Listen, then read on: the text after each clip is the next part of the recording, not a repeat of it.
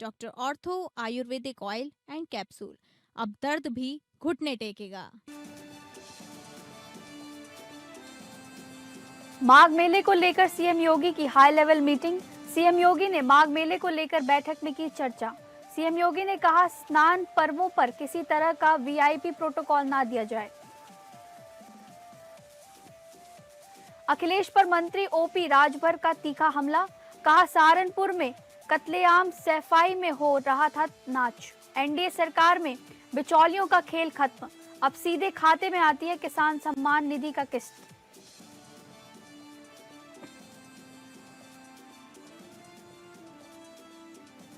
मैनपुरी दौरे पर पहुंचे मंत्री ठाकुर जयवीर सिंह, शहीद स्थल का किया उद्घाटन। बांग्लादेश में हिंदुओं पर हो रहे अत्याचार पर रखी अपनी बात।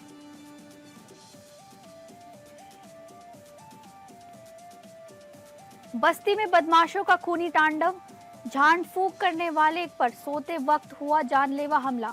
50 वर्षीय व्यक्ति को मारी गोली मारकर किया लहूलुहान। गोलियों की गूंज से गांव में दहशत। और गाजीपुर में गमहार तीरा हत्याकांड, दबंगों ने धारदार हथियारों से की 3 युवकों की हत्या। 2 युवकों के शव तालाब से बरामद, तीसरे की तलाश में जुटी पुलिस। मामले में इंस्पेक्टर और 2 अन्य पुलिसकर्मी निलंबित।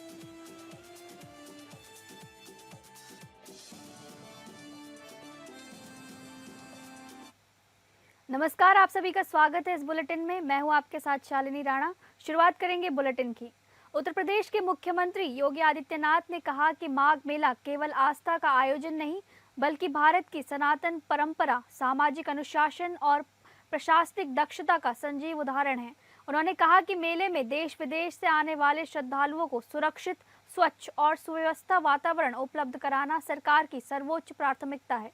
मुख्यमंत्री ने अपने सरकारी आवास पर एक उच्च स्तरीय बैठक में प्रयागराज में आयोजित होने वाले माघ मेला 2026 की तैयारियों की विस्तृत समीक्षा के बाद कहा कि संगम पर कल्पवास, स्नान और साधना की परंपरा भारतीय सांस्कृतिक चेतना की आत्मा है। इस वर्ष 15 से 25 लाख श्रद्धालु केवल कल्पवासी होंगे। राज्य सरकार द्वारा जारी एक बयान के मुताबिक महाकुंभ के सुव्यवस्थित आयोजन के बाद माघ मेला 2026 को लेकर देश और दुनिया में विशेष उत्साह है।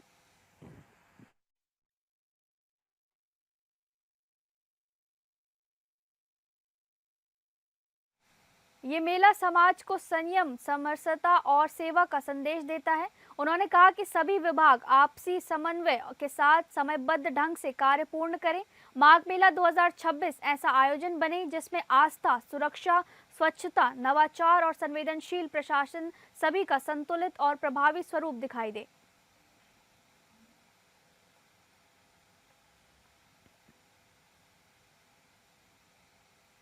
उत्तर प्रदेश सरकार के कैबिनेट मंत्री और सुबह सपा के राष्ट्रीय अध्यक्ष ओम प्रकाश राजभर गाजीपुर के मरदा पहुंचे, जहां कसीमाबाद तहसील के अधिकारियों के साथ उन्होंने जन सुनवाई की। इस दौरान स्थानीय लोगों ने नाली, खंजड़ा,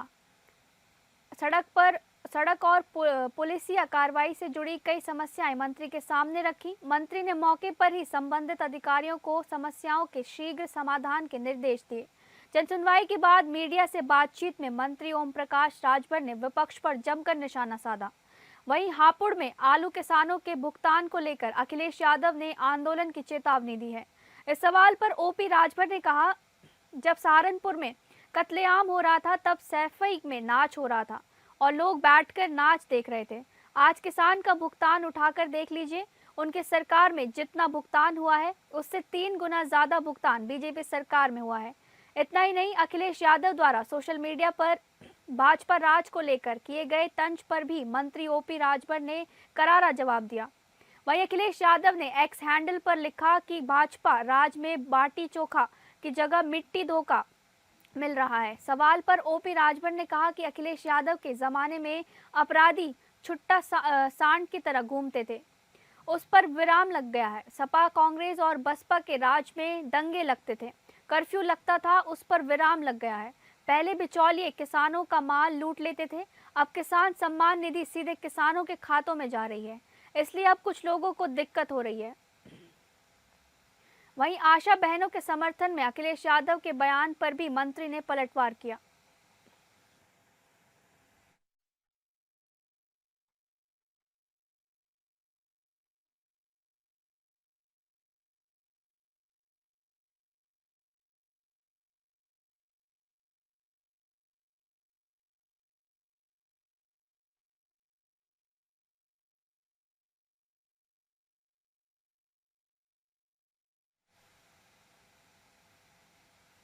मैनपुरी दौरे पर पर्यटन एवं संस्कृति मंत्री ठाकुर जयवीर सिंह ने कलेक्ट्रेट पहुंचकर शहीद स्थल का उद्घाटन किया। बांग्लादेश में हिंदुओं पर हो रहे अत्याचार पर उन्होंने कहा कि बांग्लादेश में जिस तरीके से हिंदुओं को जिंदा जलाया जा रहा है, उनके सामानों को आग के हवाले किया जा रहा है, वो निश्चित ही निंदनीय है और इसके लिए वहां के उच्चायुक्त को कई बार तलब भी किया गया और विभिन्न संगठनों के माध्यम से भारत सरकार ने अपना विरोध भी दर्ज कराया है।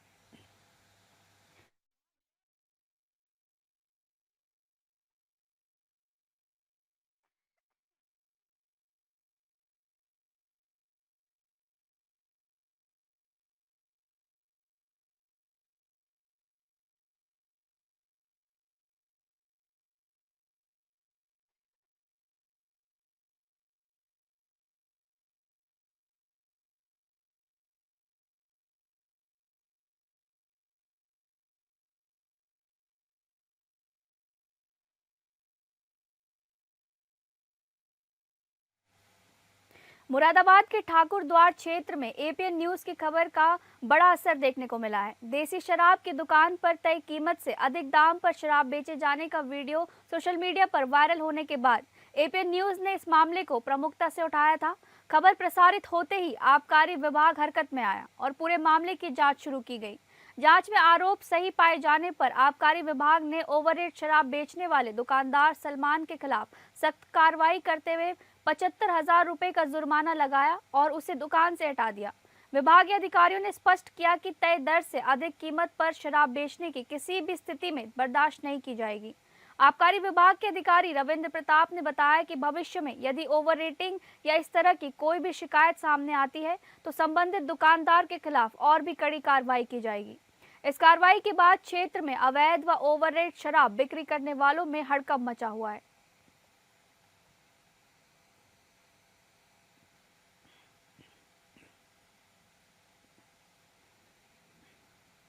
बांग्लादेश में मॉब लिंचिंग की घटनाओं में कोई हिंदुओं की हत्या से हमारे देश में भी उबाल देखने को मिल रहा है। हिंदू संगठन देश के अलग अलग हिस्सों में लगातार मानव विरोधी कृत्य को अंजाम देने वाले बांग्लादेश को सबक सिखाए जाने की मांग कर रहे हैं। कुछ इसी तरह का नजारा रामपुर में भी देखने को मिला, जहां बजरंग दल सहित कई हिंदू संगठन के कार्यकर्ता सड़क पर उतरे। पहले तो भीड़ पुतले को आग के हवाले किया, फिर नंगी तलवारें भी लहराई। रामपुर जनपद के बिलासपुर थाना क्षेत्र स्थित मुख्य चौराहे पर बजरंग दल सहित कई हिंदू संगठन के कार्यकर्ता मॉब लिंचिंग के द्वारा बांग्लादेश में हुई अमृत मंडल और दीपू चंद दास की हत्याओं के विरोध में एकत्रित हुए, जो जोरदार नारेबाजी कर रहे थे। वहीं पुलिस की मौजूदगी में पुतले को आग के हवाले किया। वहीं नंगी तलवारें और अन्य धारदार हथियारों को हवा में भी लहराया गया। हथियारों की नुमाइश पुलिस मूक दर्शक बनी देखती रही और हथियारबंद लोग लगातार प्रदर्शन करते रहे। इस तरह के विरोध को लेकर लगातार सुर्खियां बनी हुई हैं।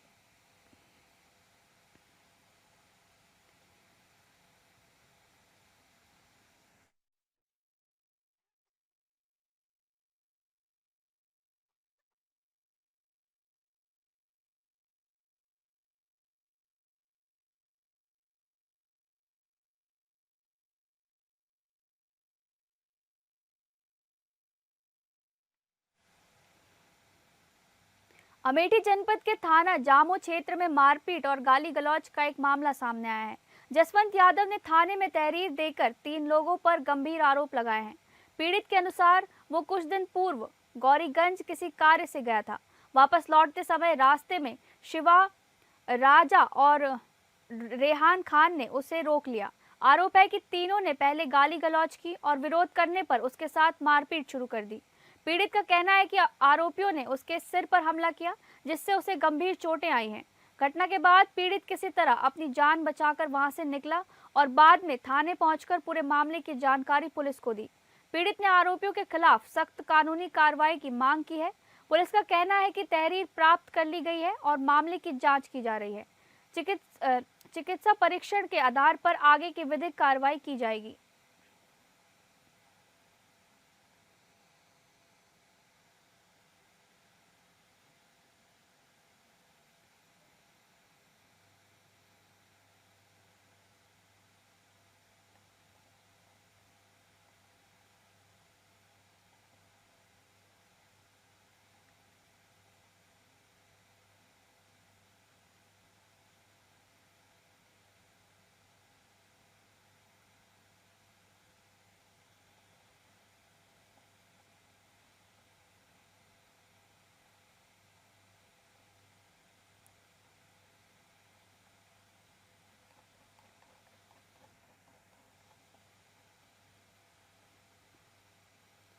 बिना मेहनत के आसानी से पैसा कमाने के चक्कर में युवक ने 50,000 गंवा दिए। फिर घर वालों के सवालों से बचने के लिए लूट की झूठी कहानी रच दी। हालांकि पुलिस के पहुंचते ही लूट की झूठी कहानी का पर्दाफाश हो गया। दरअसल अंबेडकर नगर के आलापुर थाना क्षेत्र का रहने वाला सचिन घर से बैंक में जमा करने के लिए 53,000 रुपए लेकर निकला, लेकिन बैंक पहुंचने से पहले इसमें से 50,000 रुपए को शेयर मार्केट में लगा दिया। शाम को पता चला कि उसके द्वारा लगाया गया 50,000 रुपए शेयर मार्केट में डूब गया।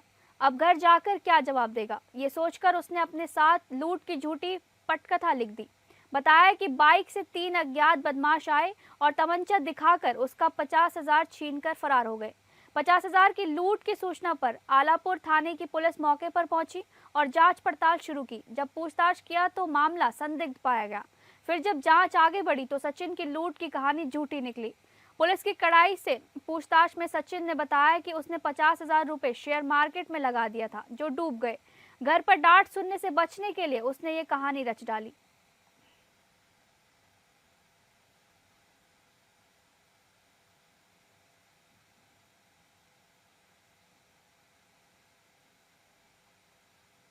यूपी के महोबा में बर्थडे पार्टी में शामिल होकर वापस घर लौट रहे बाइक सवार रेलवे टीटी सहित 2 दोस्तों की दर्दनाक मौत हो गई, जबकि एक अन्य दोस्त गंभीर रूप से घायल हो गया। घटना की सूचना पर पहुंची पुलिस ने एम्बुलेंस की मदद से तीनों दोस्तों को इलाज के लिए अस्पताल पहुंचाया, जहां तैनात डॉक्टर ने एक घायल को देखते ही मृत घोषित कर दिया, जबकि प्राथमिक उपचार के बाद दूसरे घायल ने हायर सेंटर रेफर के दौरान रास्ते में ही दम तोड़ दिया। तीसरे घायल का इलाज सीएचसी मौधा में चल रहा है। सड़क हादसे में हुई एक साथ 2 दोस्तों की मौत से परिजनों में कोहराम मचा हुआ है। दरअसल घटना खन्ना थाना क्षेत्र के कानपुर सागर हाईवे स्थित खन्ना विद्युत सब स्टेशन और बरभौली चौकी के पास की है, जहां सीमावर्ती हमीरपुर जिले के मधा कस्बे में रहने वाले 27 वर्षीय राजेंद्र अनुरागी, जो वर्तमान में रेलवे विभाग में एमपी के सतना में टीटी के पद पर तैनात, अपने साथी फोटोग्राफर प्रदीप और गौरव के साथ महोबा में आयोजित बर्थडे पार्टी में शामिल होकर वापस मौधा लौट रहे थे।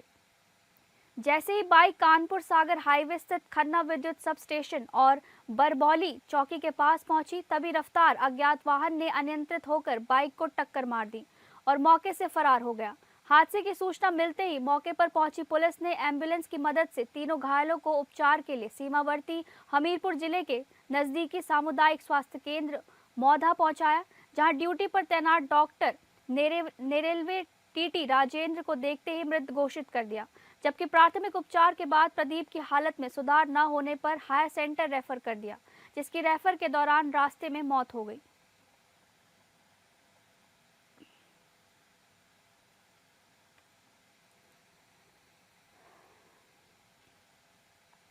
उत्तर प्रदेश के मुरादाबाद जिले के थाना सिविल लाइंस क्षेत्र में देर रात पुलिस और एक बदमाश के बीच हुई मुठभेड़ से इलाके में हड़कंप मच गया।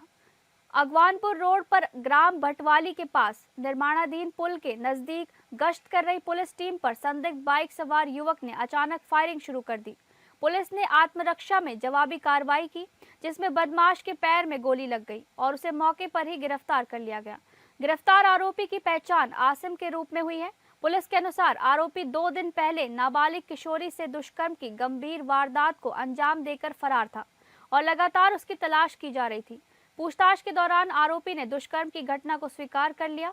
पुलिस का कहना है कि गिरफ्तारी से बचने के लिए आरोपी ने जान से मारने की नीयत से पुलिस टीम पर फायरिंग की थी।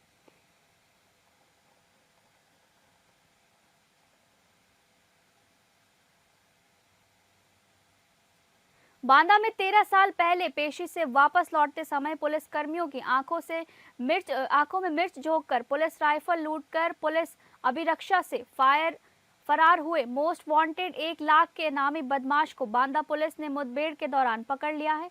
बदमाश के पैर में गोली लगी है। साल 2012 में एक साथ 13 कैदी फरार हुए थे।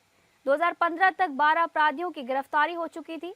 13 साल से पुलिस एसटीएफ लगातार इनकी तलाश कर रही थी, जिसे मटौन थाना क्षेत्र में मुठभेड़ के बाद अरेस्ट किया है। थाना मटौन पुलिस और एसओजी की संयुक्त टीम बूरागढ़ बाईपास थाना मटौन क्षेत्र में संदिग्ध व्यक्ति और वाहन की चेकिंग कर रही थी।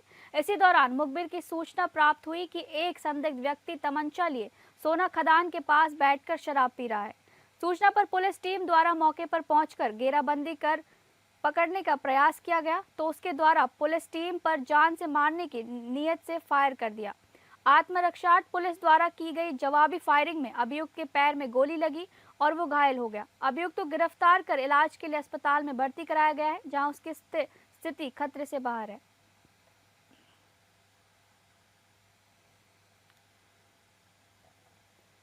जनपद के दुबौलिया थाना क्षेत्र अंतर्गत बेमरही गांव में देर रात बाइक सवार 3 बदमाशों द्वारा झोपड़ी में सो रहे अधेड़ को मारी गई गोली। घटना से क्षेत्र में अफरा तफरी का माहौल बन गया। सूचना पर पहुंची दुबौलिया पुलिस ने घायल को अस्पताल पहुंचाया, जहां डॉक्टरों ने हालत गंभीर देखकर उसे जिला अस्पताल रेफर कर दिया। प्राप्त जानकारी के अनुसार बेमरही गांव निवासी रामजीत झाड़ फूक का काम करता था। सूचना के बाद थाना अध्यक्ष दुबौलिया सुनील गौड़, क्षेत्राधिकारी कलवारी संजय सिंह मौके पर पहुंचे, जिसके बाद अपर पुलिस अधीक्षक श्यामाकांत, पुलिस अधीक्षक बस्ती अभिनंदन ने घटना की स्थल का जायजा लिया। लोगों के माने तो आपसी रंजिश का ये मामला बताया जा रहा है।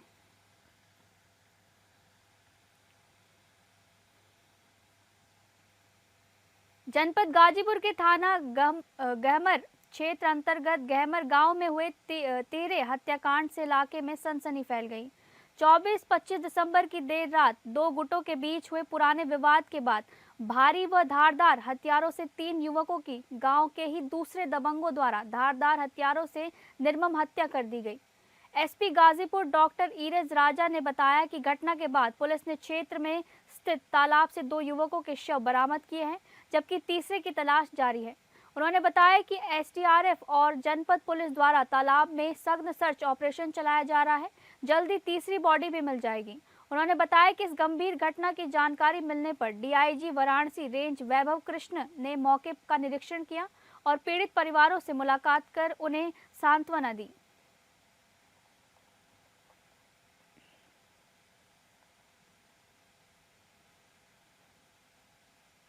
यूपी के महोबा में पुलिस ने मुठभेड़ के बाद 25,000 के नामिया गैंगस्टर एक्ट के वांछित शातिर अपराधी को मुठभेड़ के बाद गिरफ्तार करने में सफलता हासिल की है।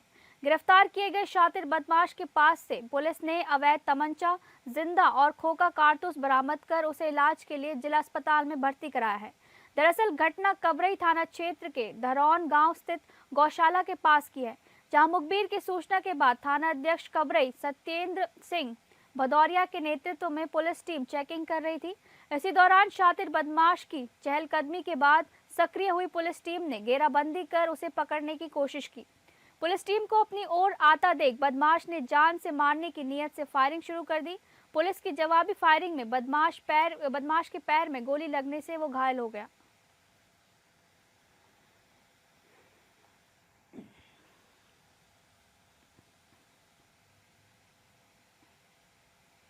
मथुरा के थाना सदर बाजार क्षेत्र में गुरुवार देर रात पुलिस और स्वाट टीम की संयुक्त कार्रवाई में शातिर अपराधी आकाश उर्फ मलिंगा पुलिस मुठभेड़ में घायल होकर गिरफ्तार कर लिया गया है।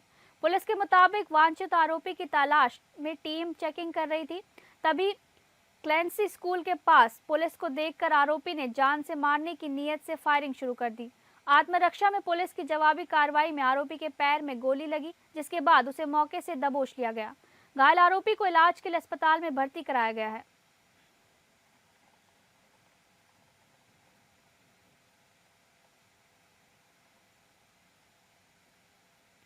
सीतापुर जिले के इमलिया सुल्तानपुर थाना क्षेत्र में पुरानी रंजिश ने खूनी रूप ले लिया।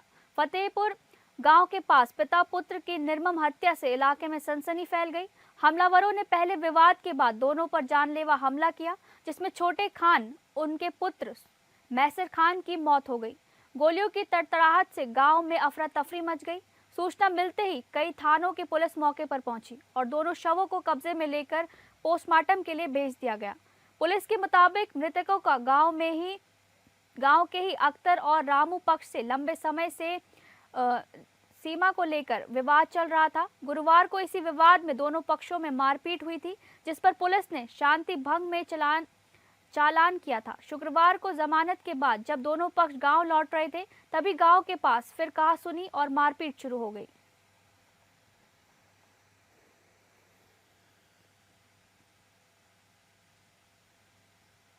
फिलहाल इस बुलेटिन में बस इतना ही। नमस्कार।